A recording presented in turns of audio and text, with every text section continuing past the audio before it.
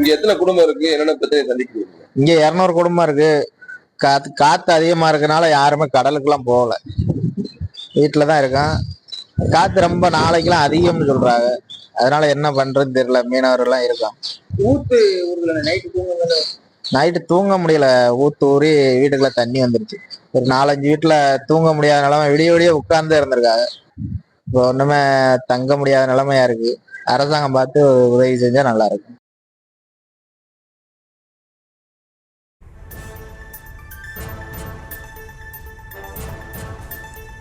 அண்மை செய்தி.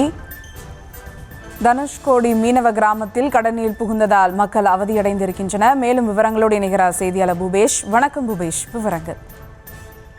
வணக்கம். வங்கக்கடலில் ஏற்பட்டிருக்கக்கூடிய அந்த ஆழ்ந்த காற்றழுத்த தாழ்வு நிலையின் காரணமாக இந்த ராமநாதபுரம் மாவட்டம் தனுஷ்கோடி மற்றும் அதனை சுற்றி இருக்கக்கூடிய கடற்பகுதியில் மிகவும் ஆக்ரோஷமாக காணப்படுகிறது. குறிப்பாக தனுஷ்கோடியில் அதிக அளவில் கடல் சீற்றமானது காணப்படுவதன் காரணமாக அங்கு செல்லக்கூடிய சுற்றுலா பயணிகள் எச்சரிக்கையோடு இருக்குமாறு மாவட்ட நிர்வாகம் ஏற்கனவே அறிவித்திருக்கிறது.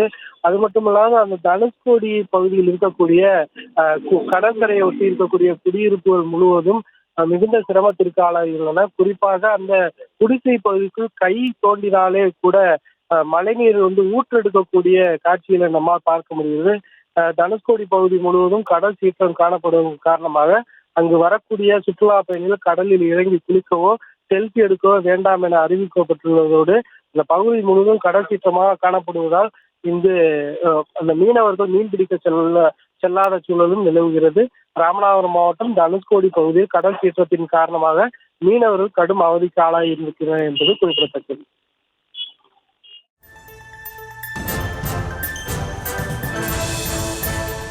விவரங்களுக்கு நன்றி பூபேஷ்.